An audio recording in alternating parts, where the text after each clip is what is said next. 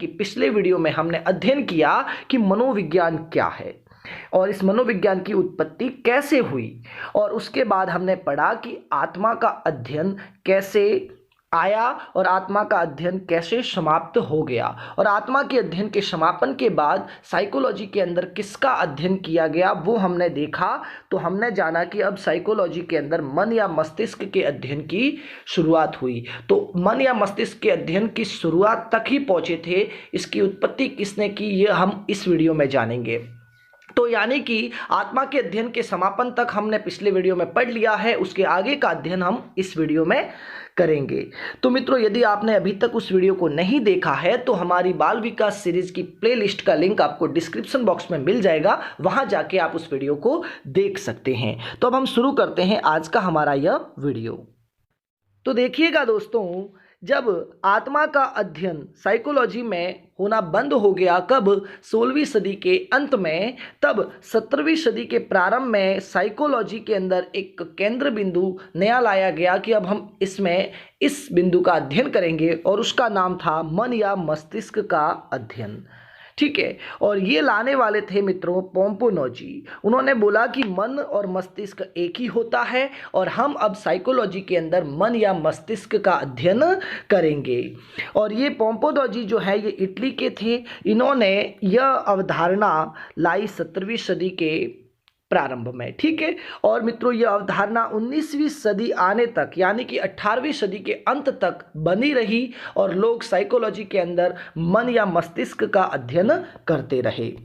जब पोम्पोनोजी ने यह अवधारणा दी तो इनके समर्थन में बहुत सारे मनोवैज्ञानिक या दार्शनिक आए, जिन्होंने आत्मा को गुरु की संज्ञा दी थी, रॉस, वो भी इनके समर्थन में आ गए। उनके अलावा हॉब्स है, रिचेरी है, थॉमस रीड है, बर्कले कहो या बर्कली कहो वो हैं, और कांट, स्पिनोजा, जॉन लॉक, ठीक है, उसके अलावा हक्सले और पेस्टोलॉजी, ये इनके समर्थन में आ गई। ठीक है मित्रों, बाकी अब देखिए यहाँ पे जॉन लॉक वही हैं जिन्होंने शिक्षा की जो तुलना है वो कृषि से की है।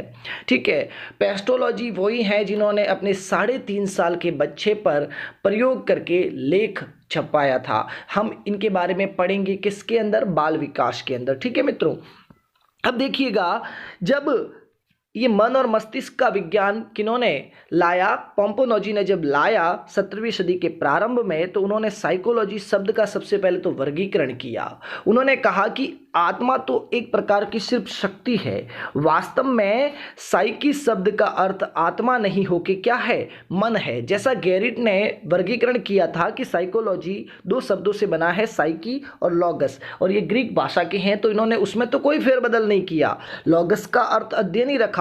लेकिन उन्होंने कहा कि ये जो साइकी है ना, इसका अर्थ आत्मा न होके क्या होता है, मन होता है। इसीलिए इस दोनों शब्दों का मिला के अर्थ बनता है मन का अध्ययन। इसीलिए मैं नई अवधारणा दे रहा हूं, मन या मस्तिष्क का अध्ययन। इसलिए आपको ध्यान रखना है मित्रों कि साइकी के 2 अर्थ होते हैं, आत्मा और मन।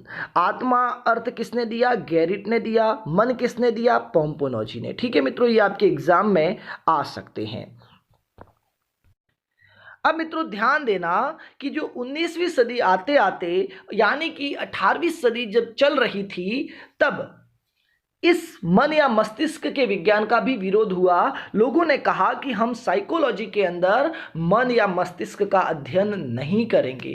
क्यों नहीं करेंगे? क्योंकि जो विरोधी लोग होते हैं उन्होंने 2-3 सवाल खड़े कर दिए और उनका जवाब जो समर्थन करने वाले थे ना मन और मस्तिष्क के विज्ञान का, वो जवाब नहीं दे पाए। पहला सवाल क्या था? उन्होंने पहला सवाल सीधा यही खड़ा किया कि मन और मस्तिष्क तो अलग होते हैं, फिर पोम्पोनोजी ने इनको एक क्यों बोला और हम इनको एक मान के अध्ययन कैसे करें? क्योंकि हम जानते हैं कि साइकोलॉजी में मन मतलब दिल और मस्तिष्क मतलब दिमाग। अब दिल अलग जगह पे होता है, दिमाग अलग जगह पे होता है, और पोम्पोनोजी ने तो ये बोला कि मन और मस्तिष्क एक ही होते हैं, तो फिर हम इनको एक मान के अध्ययन कैसे करें?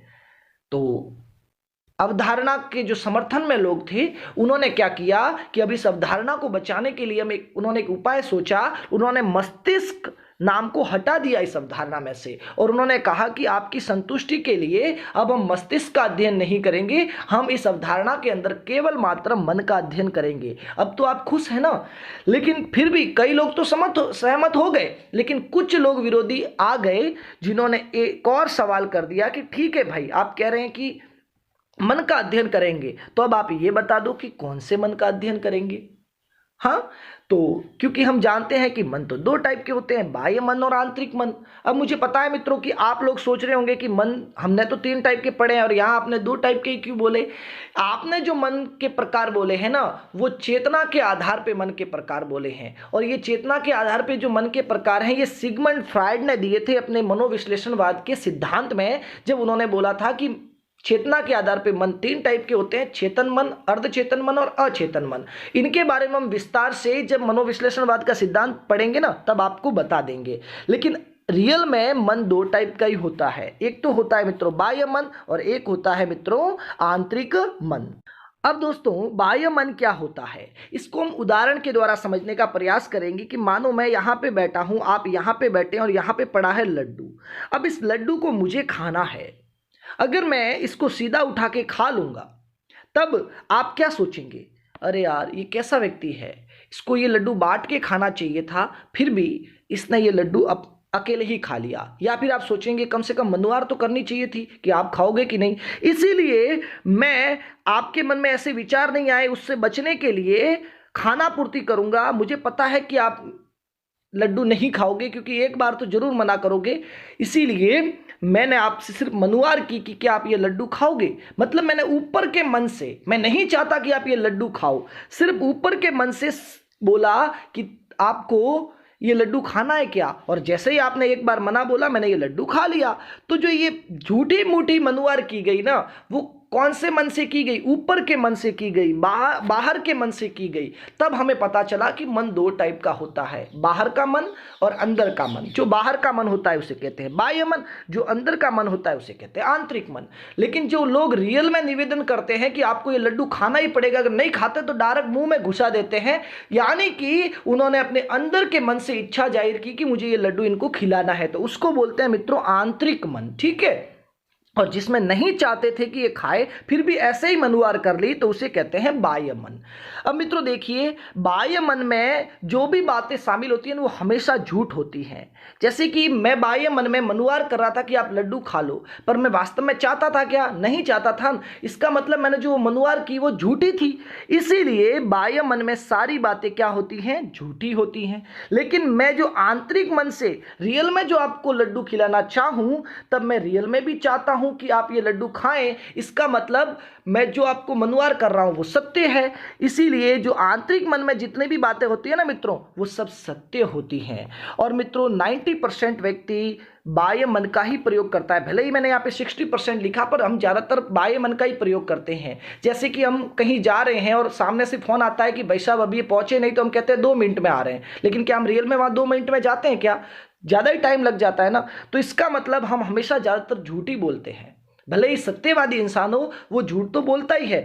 तो व्यक्ति हमेशा 90% या 70-80% तो कम से कम बाह्य मन का प्रयोग करता है, और 40% या फिर अगर 90 करता है तो 10% वो आप देख लेना, मतलब बहुत ही कम मात्रा में या बहुत ही कम आंतरिक मन का प्रयोग करता है। लेकिन मित्रों जो आंतरिक मन से जो ज्ञान आता है ना, वो स्थायी ज्ञान होता है। स्थायी क्यों होता है? अब देखिए, जो मैंने मनुआर की और आपको खिलाई, ठीक है, तो मुझे भी वो हमेशा याद रहेगी। या फिर आप इसको उदाहरण से आप ऐसे समझ सकते हैं कि मुझे मेरे पिताजी का नाम हमेशा याद है। अब वो याद क्यों है? क्योंकि मुझे सत्य पता है कि मेरे पिताजी का नाम ये है, ठीक है, इसलिए मुझे वो स्थायी ज्ञान है। लेकिन अस्थायी ज्ञान कौन सा होता है? जब हम झूठ बोलते हैं। झूठ जैसे कि मैंने किसी को कहा कि मैं 2 मिनट में आ रहा हूं, अब क्या मुझे वो 2 मिनट पूरी जिंदगी भर याद रहेगा? नहीं रहेगा ना। तो ये ज्ञान जो होता है ना, ये अस्थायी ज्ञान होता है। ठीक है मित्रों, तो अब आप समझ चुके होंगे कि बाह्य मन क्या होता है और आंतरिक मन क्या होता है। तो विरोधियों ने सवाल किया कि हम कौन से मन का अध्ययन करते हैं। अगर समर्थन वाले कह देते कि हम बाह्य मन का अध्ययन करते हैं, तो वो कहते कि तो फिर हम झूठ का अध्ययन क्यों करें, अस्थायी ज्ञान का अध्ययन क्यों करें? ठीक है। अगर वो कह देते कि हम आंतरिक मन का अध्ययन करते हैं, तो उन्होंने कहा कि आंतरिक मन का तो ज़्यादा से ज़्यादा इससे 40% ही हो सकता है। अगर 40% का अध्ययन करके हम पूरे मानव का अध्ययन कर पाएंगे क्या? नहीं कर पाएंगे ना। तो वो समर्थन वाले कह देते कि हम दोनों का अध्ययन करते हैं, दोनों का करते हैं। तो फिर यही सवाल आता कि हम 60% झूठ वाले मन का अध्ययन क्यों करें? तो मतलब कैसे भी करके विरोधियों को इस अवधारणा का समापन करवाना था, और ऐसा करते करते जो समर्थन वाले हैं ना, वो जवाब नहीं दे पाए। और जब जवाब नहीं दे पाए तो 19वीं सदी आते आते यह अभिप्राय, यह अवधारणा या यह अध्ययन का जो टॉपिक था या ये केंद्र बिंदु था, ये समाप्त हो गया। और फिर से हमें साइकोलॉजी के अंदर एक नए केंद्र बिंदु की जरूरत पड़ी, और एक आगे जाके नया मनोवैज्ञानिक या फिर नया दार्शनिक आया, जिसने फिर कहा कि अब हम साइकोलॉजी के अंदर चेतना को पढ़ सकते हैं। चेतना को पढ़िए और उसके बारे में मैं आपको पूरा विस्तार से बता भी दूंगा, ये उन्होंने बोला। तो अब हम पढ़ लेते हैं कि चेतना का अध्ययन कैसे शुरू हुआ और कब तक चला। मित्रों, वो समय था 1870 का, जब लोगों ने साइकोलॉजी के अंदर मन या मस्तिष्क का अध्ययन बंद किया और उसकी जगह पे चेतना के अध्ययन की शुरुआत की। हम लोग भी चेतना का अध्ययन शुरू कर लेते हैं, लेकिन पहले हमें यह तो समझना पड़ेगा ना चेतना क्या है, क्योंकि अगर हमें चेतना क्या है यही पता नहीं तो इसका अध्ययन क्या करेंगे। मुझे पता है मित्रों कि जब मैंने पहली बार साइकोलॉजी पढ़ी थी, तब मेरे मन में भी ये पक्का सवाल आया था कि चेतना क्या है, तो आपके मन में तो 100% आया ही है। इसीलिए मैं पहले आपको चेतना क्या है इसको समझाऊंगा। जब पूरी तरीके से मैं संतुष्ट हो जाऊंगा कि अब आपको समझ में आ चुका होगा, तभी मैं इस अवधारणा में आगे बढ़ूंगा।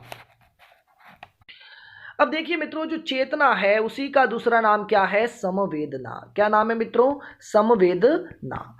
अगर एक बार आप संवेदना को समझ गए तो आप चेतना को ऑटोमेटिक ही समझ जाएंगे। तो अब संवेदना क्या होती है? देखिए, अपने शरीर के अंदर 5 ज्ञानेंद्रियां हैं, आंख, कान, नाक, जीभ और त्वचा। इनके द्वारा किसी वस्तु के बारे में, अब वो वस्तु कोई भी हो सकती है, पेन हो सकती है, कॉपी हो सकती है, किताब हो सकती है, पशु हो सकता है, तो उनके बारे में जो अपने दिलो दिमाग को, मतलब अपने मस्तिष्क को जो पहला ज्ञान दिया जाता है ना ज्ञानेंद्रियों के द्वारा, वो ही संवेदना है। यानी कि अपने ज्ञानेंद्रियों के द्वारा किसी वस्तु के बारे में अपने मस्तिष्क को दिया जाने वाला पहला ज्ञान ही संवेदना है। इसको एक उदाहरण से समझिए कि एक बालक ने कभी गाय को नहीं देखा और उसके सामने अगर गाय आके खड़ी हो जाए तो उसकी आंख वाली ज्ञानेंद्रिय काम करेगी और अपने मस्तिष्क को प्रथम ज्ञान करवाएगी कि जो सामने जो वस्तु है वो सफेद रंग की है, वो हिल डुल रही है, वो खाना खा रही है, वो दूध दे रही है।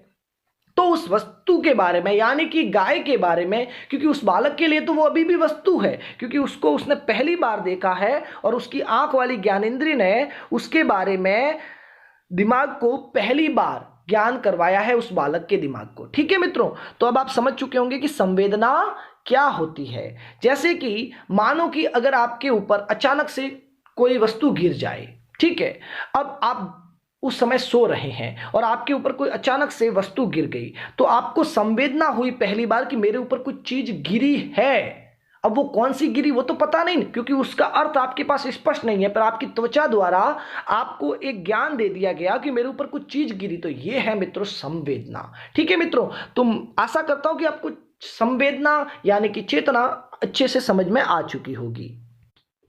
अब देखिएगा मित्रों कि ये जो चेतना का अध्ययन है ये 1870 में शुरू हुआ और मित्रों केवल 30 साल चलने के बाद 1900 ईस्वी में खत्म भी हो गया। तो सबसे कम समय तक चलने वाली अवधारणा है मित्रों, सिर्फ 30 साल चली, 30 साल ही इसने राज किया साइकोलॉजी के अंदर। ठीक है मित्रों, और इसको देने वाले वैसे तो विलियम जेम्स हैं। कौन है मित्रों?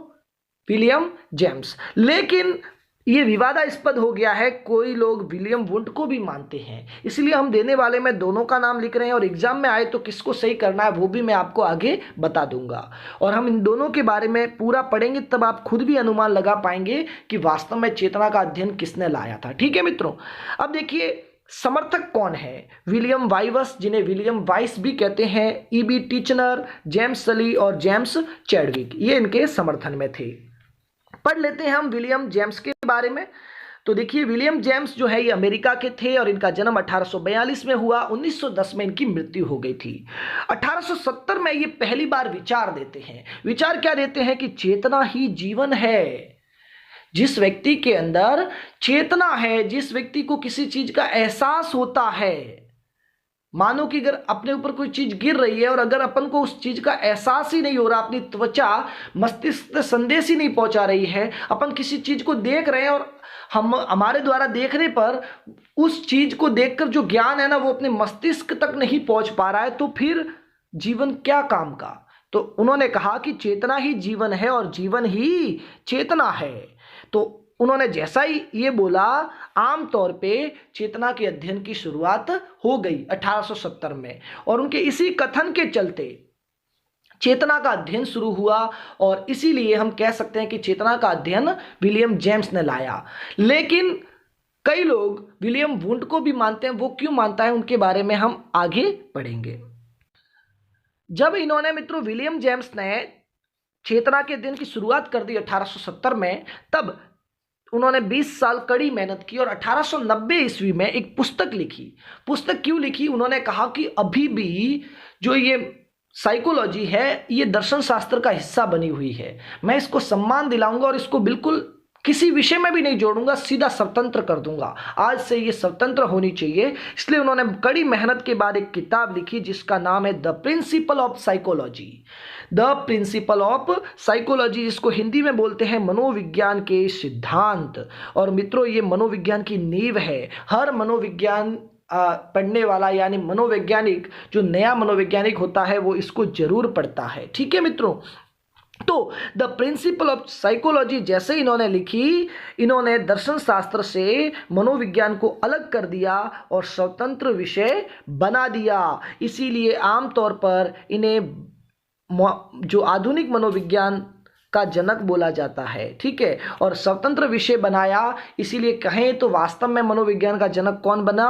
विलियम जेम्स बने। अमेरिका के थे, इसलिए अमेरिका में मनोविज्ञान के जनक भी कौन है? यही है। ठीक है, नीचे एक लाइन लिखी हुई है कि प्रकार्यवाद के जनक भी ये हैं। अब प्रकार्यवाद क्या होता है वो मैं भी विलियम वुंड के बारे में पढ़ाऊंगा, तब आपको बता दूंगा कि प्रकार्यवाद क्या होता है और संरचनावाद क्या होता है। हालांकि इनके बारे में हम एक अलग से वीडियो में ज़्यादा डिटेल में पढ़ेंगे, पर अभी आप इतना ध्यान रखिए कि प्रकार्यवाद के जनक भी कौन है? विलियम जेम्स हैं। ठीक है मित्रों, अब यहाँ पे एक बात ध्यान रखिएगा मित्रों कि यहाँ पे मैंने लिखा है कि विलियम जेम्स जो हैं वो आधुनिक मनोविज्ञान के और वास्तविक मनोविज्ञान के जनक हैं।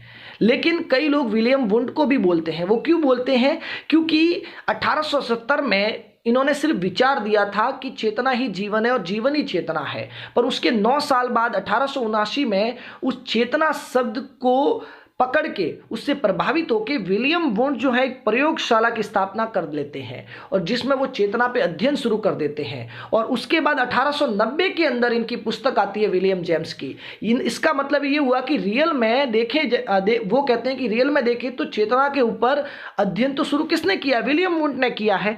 इसीलिए विलियम वुंड को वो आधुनिक मनोविज्ञान का जनक कहें या वास्तविक मनोविज्ञान का जनक बोलते हैं। ठीक है, तो एग्जाम में किसको सही माना जाएगा तो उसके लिए देखिए मित्रों, वैसे तो ये कहीं पर भी डिटेल नहीं है, पर अभी एक टेट का एग्जाम हुआ था, उसके अंदर ऑप्शन में ये दोनों थे। वहां पर विलियम वुंड भी था और विलियम जेम्स भी था, और वहां पे सही माना गया था मित्रों विलियम वुंड को। ठीक है, तो अगर दोनों ऑप्शन में होता है तब तो आप विलियम वुंड को सही कीजिएगा, लेकिन केवल विलियम जेम्स होता है तो आप विलियम जेम्स को सही कीजिएगा। ठीक है मित्रों, अब हम पढ़ लेते हैं विलियम वुंड के बारे में।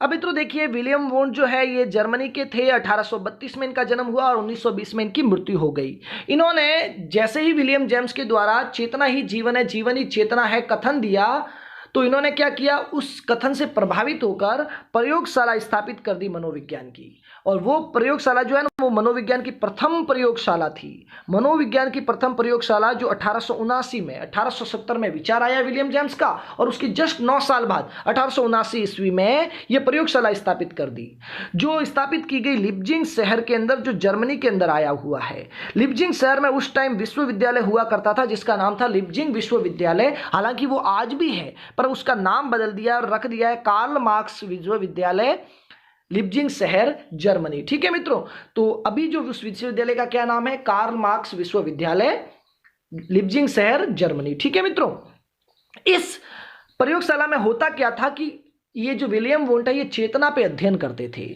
और चेतना भी किन लोगों की चेतना पे, तो न तो ये किसी पशु की चेतना पे अध्ययन करते थे, न ही बड़े बुजुर्गों की, न ही छोटे बच्चों की। ये लोग क्या करते थे, विलियम वोंट क्या करते थे, किशोर किशोरियों की जो चेतना होती है, जो किशोर होते हैं ना 13 साल से 19 या 18 साल के बीच की जो एज वाले, उनकी चेतना पे अध्ययन करते थे। ठीक है मित्रों, तो ये प्रश्न आ सकता है कि मनोविज्ञान की प्रथम प्रयोगशाला के अंदर किन पर अध्ययन किया जाता था, तो किशोर किशोरियों की चेतना पे अध्ययन किया जाता था। और किस विधि से किया जाता था, अंतर्दर्शन विधि से। अंतर्दर्शन विधि का दूसरा नाम है अंतर्दृष्टि विधि, उसका तीसरा नाम है अंतर्निरीक्षण विधि। ठीक है मित्रों, तो अब आप समझ चुके होंगे कि विलियम वुंट की प्रयोगशाला में क्या होता था। अब मित्रों यहाँ अंतर्दर्शन है, ये क्या होता है, अंतर्दर्शन का मतलब होता है कि इस विधि में क्या होता था कि एक किशोर किशोरी के सामने एक तस्वीर रख दी जाती थी या कोई वस्तु रख दी जाती थी, और उन किशोर किशोरियों को कहा जाता था कि इस वस्तु या इस तस्वीर को देखकर अभी आपके दिमाग में क्या चल रहा है आप अंदर देखिए, और आपके दिमाग में कौन सा प्रतिबिंब बन रहा है, कौन सी संरचना बन रही है, आप हमें बताइए। मतलब किशोर किशोरियों को कहा जाता है था कि आप अपने अंदर दर्शन कीजिए, आप स्वयं के अंदर उस वस्तु को देखकर स्वयं अंदर दर्शन कीजिए कि अभी आपको पहली जो ज्ञान जो प्राप्त हुआ है उससे कौन सी संरचना बनी है। ठीक है, तो इसमें मित्रों ये होता था कि सब कुछ किशोर किशोरियों के ऊपर होता था। वो चाहे तो झूठ भी बोल सकते थे कि हमें अभी ऐसा महसूस हो रहा है, या हमें अभी ये नजर आ रहा है अपने दिमाग के अंदर। ठीक है मित्रों, तो इस पर आप पूर्णतः विश्वास नहीं कर सकते थे इस विधि से जो रिजल्ट आता था उसके ऊपर। ठीक है, ध्यान दीजिएगा मित्रों कि जो विलियम वुंट है, इन्होंने ही प्रथम मनोविज्ञान की प्रयोगशाला स्थापित की, इसलिए इनको प्रयोगात्मक मनोविज्ञान का जनक भी कहते हैं। और इन्होंने ही मनोविज्ञान में संरचनावाद को लाया। वाद का अर्थ होता है सिद्धांत, यानी कि संरचना के सिद्धांत को लाया, इसीलिए ये संरचनावाद के जनक हैं। देखिएगा मित्रों कि जो ये सिद्धांत है ना संरचनावाद, ये मनोविज्ञान का सबसे प्राचीन सिद्धांत है और मनोविज्ञान का प्रथम सिद्धांत है। और इस सिद्धांत को मानने वाले अगर बहुत सारे लोगों का समूह बना दिया जाए तो उसको बोलते हैं संप्रदाय। ठीक है, तो जो संरचनावाद संप्रदाय को लाने वाले कौन थे, विलियम वुंट थे। ठीक है मित्रों, तो हम ये पहले पढ़ेंगे यहाँ पे कि संरचनावाद होता क्या है। ठीक है, साथ ही साथ मैंने आपको आगे बताया था कि विलियम वुंट ने प्रकार्यवाद लाया था, वो इसके विरोध में लाया था। तो जो प्रकार्यवाद है वो क्या होता है, और उसको प्रकार्यवाद को विकसित किया था ईबी टिचनर ने। तो हम दोनों के बारे में पढ़ लेते हैं कि संरचनावाद क्या है और प्रकार्यवाद क्या है। अब मित्रों देखिए संरचनावाद क्या होता है। संरचनावाद के अंदर चेतना के ऊपर प्रयोग किए गए प्रयोगशाला के अंदर। ठीक है, इसमें होता यह था कि किशोर किशोरी के सामने कोई वस्तु रख दी जाती थी या तस्वीर रख दी जाती थी, और किशोर किशोरी को कहा जाता था कि आप इस वस्तु को अपनी पांचों ज्ञानेंद्रियों के द्वारा महसूस कीजिए, और आपकी पांचों ज्ञानेंद्रियां जो है उसके द्वारा आपके मस्तिष्क को इस वस्तु के बारे में जो पहला ज्ञान करवाया जा रहा है ना, उसे आप अपने अंदर झांक के देखिए, अंतर्दर्शन विधि के द्वारा अंदर झांक के देखिए। और जो ये पांचों ज्ञानेंद्रियों के द्वारा जो अलग अलग ज्ञान करवाया जा रहा है, क्योंकि हर ज्ञानेंद्रिय की अलग अलग खासियत होती है। जैसे कि जीभ है वो क्या करेगी, चखकर ज्ञान करवाएगी।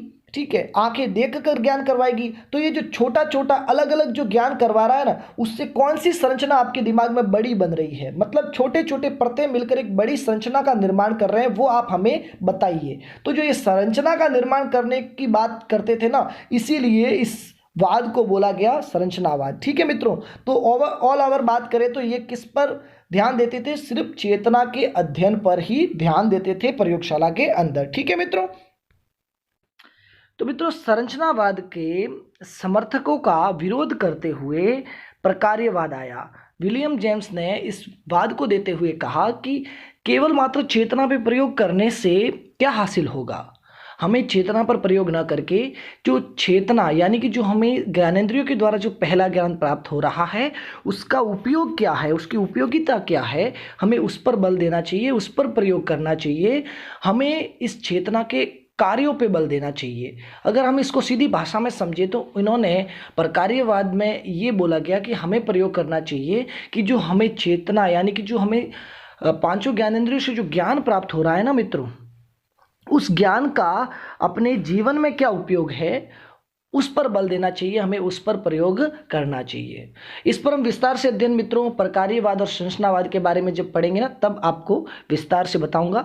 अभी आप समझ चुके होंगे कि प्रकार्यवाद संरचनावाद के विरोध में आया और किसने लाया, विलियम जेम्स ने लाया, जिसको विकसित किया था ईबी टिचनर ने, और प्रकार्यवाद के अंदर चेतना के कार्यों पर बल दिया गया। ठीक है मित्रों, अब देखिएगा मित्रों, विश्व में जो प्रथम प्रयोगशाला स्थापित की गई वो विलियम वुंट के द्वारा, जिसके कारण इनको प्रयोगात्मक ज्ञान का जनक कहते हैं। कब की गई? 1879 में। लेकिन भारत में मनोविज्ञान की प्रथम प्रयोगशाला स्थापित की जाती है 1916 के अंदर। भारत में मनोविज्ञान आता तो है 1915 में, और 1916 के अंदर 1915 में आता कहाँ पे है? कलकत्ता विश्वविद्यालय, जो उस टाइम कलकत्ता था, अब कोलकाता है, वहाँ पे मनोविज्ञान आता है और दर्शन शास्त्र की शाखा के रूप में मन का अध्ययन शुरू होता है। और 1916 में ऐसा होता है कि यहाँ पे इसी विश्वविद्यालय के अंदर, कलकत्ता विश्वविद्यालय के अंदर ही इसको भारत में लाने वाले एन सेन गुप्ता, नरेंद्र नाथ सेन गुप्ता जो हैं, जिन्होंने मनोविज्ञान को भारत में लाया, जो भारतीय मनोविज्ञान के जनक हैं, उन्होंने ही इसी विश्वविद्यालय के अंदर मनोविज्ञान विभाग की स्थापना की, और साथ ही साथ यहाँ पे भारत की प्रथम मनोवैज्ञानिक प्रयोगशाला की स्थापना भी की। ठीक है मित्रों, तो ये आ सकता है कि भारत में प्रथम प्रयोगशाला की स्थापना 1916 ईस्वी में किसके द्वारा? एन सेन गुप्ता के द्वारा की गई। ठीक है, तो मित्रों देखिएगा, जो अभी साइकोलॉजी के अंदर चेतना का अध्ययन चल रहा था वो भी 1900वीं ईस्वी आते आते समाप्त हो गया। इसके समाप्त होने के दो मुख्य कारण रहे और दो साइड कारण, जिसे गौण कारण कहते हैं, बने। हम दो मुख्य कारण में दो मनोवैज्ञानिक थे। पहले थे विलियम मैकडूगल, जो ब्रिटेन के रहने वाले थे, यानी कि ब्रिटिश मनोवैज्ञानिक थे। इन्होंने किताब लिखी 1905 के अंदर, जिसका नाम था आउटलाइन ऑफ साइकोलॉजी, हिंदी में कहते हैं मनोविज्ञान की रूपरेखा। उसके पृष्ठ संख्या 16 पर उन्होंने ऐसी बात कर दी जो चेतना के लिए खतरा साबित हो गई। क्या लिखा उन्होंने? कि ये हमारा दुर्भाग्य है कि चेतना जैसा शब्द मनोविज्ञान के व्यवहार में आ गया है। चेतना जैसा शब्द मनोविज्ञान के व्यवहार में आ गया है। अब देखिए, इन्होंने चेतना की बुराई की, तो ये आ सकता है कि मनोविज्ञान में चेतना शब्द को बुरा किसने बोला? तो वो थे विलियम मैकडूगल, और उन्होंने पहली बार व्यवहार शब्द का भी प्रयोग किया। तो ये भी आ सकता है कि मनोविज्ञान में पहली बार व्यवहार शब्द का प्रयोग किसने किया? तो वो थे विलियम मैकडूगल, और उनके व्यवहार शब्द का प्रयोग करने का प्रभाव जेबी वॉटसन पे पड़ा, और जेबी वॉटसन ने इस जो चेतना का अध्ययन समाप्त होगा तो उसके बाद जिसका अध्ययन किया जाएगा ना, उस वाद का निर्माण किया, और वो वाद था व्यवहारवाद। मतलब व्यवहार का अध्ययन शुरू किसने किया? जेबी वॉटसन ने शुरू किया। वो प्रभावित किससे थे? विलियम मैकडूगल से थे, क्योंकि विलियम मैकडूगल ने एक शब्द का प्रयोग किया, व्यवहार। तो एग्जाम में आ सकता है कि व्यवहार शब्द सबसे पहले किसने प्रयोग किया? तो वो तो थे विलियम मैकडूगल, लेकिन व्यवहारवाद या व्यवहार का अध्ययन शुरू किसने किया? तो वो थे जेबी वॉटसन। ठीक है मित्रों, अब हम बात कर लेते हैं कि दूसरे मुख्य कारण कौन थे। तो वो थे सिगमंड फ्रायड, जिन्होंने सिद्धांत दिया था मनोविश्लेषणवाद। अब ध्यान दीजिए, इन्होंने मनोविश्लेषणवाद दिया ना, इसमें इन्होंने बुराई नहीं की थी चेतना की, लेकिन इस सिद्धांत में जो इन्होंने बातें कही ना, वो वजह बन गई चेतना के अध्ययन के समापन की। अब ध्यान दीजिए, इन्होंने कहीं पर भी अपने इस सिद्धांत को सिद्धांत का प्रकाशन नहीं करवाया था, लेकिन इनके शिष्य हुए हैं जुंग। क्या हुए हैं? जुंग, और इनकी पुत्री हुई है अन्ना फ्रायड। उन्होंने इनके सिद्धांतों का प्रकाशन किया और इनके कार्यों को मनोविज्ञान के क्षेत्र में लाया। ठीक है मित्रों, तो इन्होंने क्या किया? मन को एक बर्फ का उदाहरण देते हुए समझाया कि मन क्या होता है। देखिए, इन्होंने चेतना को समझाने का प्रयास किया। उन्होंने क्या किया कि गिलास लिया और उस गिलास के अंदर आधा पानी भरा, आधा पानी भर के उसमें बर्फ़ का टुकड़ा डाला। तो उसने कहा कि जब हम बर्फ़ का टुकड़ा डालते हैं तो 90% भाग इसमें डूब जाता है और सिर्फ 10% भाग ही बाहर रहता है। जो 10% भाग बाहर रहता है वो है चेतन मन। क्या है मित्रों? चेतन मन। मतलब आम व्यक्ति को सिर्फ चेतन मन ही दिखाई देता है। जो बाहर का भाग है ना, वो तो केवल 10% है मन का, चेतन भाग। और जो अंदर वाला जो 90% भाग है ना, उसमें उन्होंने दो प्रकार के मन बोले। कौन से? कि इस बर्फ को डुबाने पर ये जो 10% है ये तो पूरा बाहर रहता है, पर इस अंदर वाले 90% में से कुछ भाग कभी बाहर आता है, कभी अंदर जाता है, कभी बाहर आता है, कभी अंदर जाता है। तो वो है अर्ध चेतन मन। और जो बिल्कुल अंदर रहता है ना, वो है अचेतन मन। तो इसका मतलब ये है कि इन्होंने बोला कि मन चेतना के आधार पर 3 टाइप का होता है, जिसमें 10% हिस्सा तो होता है चेतन मन का, जिसे आम व्यक्ति प्रयोग से देख सकता है। लेकिन 90% मन तो वो होता है जो होता है अर्ध चेतन मन और अचेतन मन का योग। ठीक है मित्रों, तो जब फिर सवाल हो गए, इस सिद्धांत को पढ़ने के बाद मनोवैज्ञानिकों ने सवाल किया जो चेतन मन का समर्थन कर रहे थे, चेतना के अध्ययन का, उनसे सवाल किया कि आप बताओ कि अब हम किसका अध्ययन करें, चेतन मन का करें, अर्धचेतन का करें या अचेतन का करें। ठीक है, तब वो जवाब नहीं दे पाए क्योंकि वो तो सिर्फ चेतना का अध्ययन कर रहे थे। अब केवल मात्र चेतना जो 10% हिस्सा है उसका अध्ययन करके हम मनोविज्ञान का पूर्ण अध्ययन कैसे कर सकते हैं, इसलिए फिर चेतना का अध्ययन खत्म हो गया। और बात ध्यान दीजिए, अभी वर्तमान में हम चेतन मन का अध्ययन नहीं करते मनोविज्ञान में, हम करते हैं अचेतन मन का और अर्धचेतन मन का। ये ध्यान रखना मित्रों कि वर्तमान में मनोविज्ञान में किसका अध्ययन किया जाता है, अचेतन मन और अर्धचेतन मन का। ठीक है मित्रों, अब बात करते हैं गौण कारण कौन कौन से रहे। तो देखिए, ये जो चेतना का अध्ययन है ये केवल मात्र मानवों पे होता था, लेकिन कई मनोवैज्ञानिक हुए हैं, जैसे कि आप ले सकते हो मर्फी है, वो कहते थे कि भाई मनोविज्ञान जो है ये केवल मानवों के लिए नहीं है, ये तो सभी जीव जंतुओं के लिए है। लेकिन चेतना पे अध्ययन तो सिर्फ केवल मात्र किस पे होता था, मानवों पे होता था, तो ये भी कारण बना खत्म होने का। दूसरी बात मित्रों, इन्होंने जो विधि दी थी ना चेतना के अध्ययन में जो प्रयोग करने की, वो थी अंतर्निरीक्षण विधि, मतलब अंतर्दर्शन विधि, अंतर्दृष्टि विधि। उस विधि में ये होता था कि अंदर झांक के देखो, और फिर वो किशोर किशोरी खुद बोलते थे कि मुझे क्या ज्ञान प्राप्त हुआ, मुझे कौन सी संरचना बनी। अब वो चाहे तो झूठ भी बोल सकते हैं, ठीक है।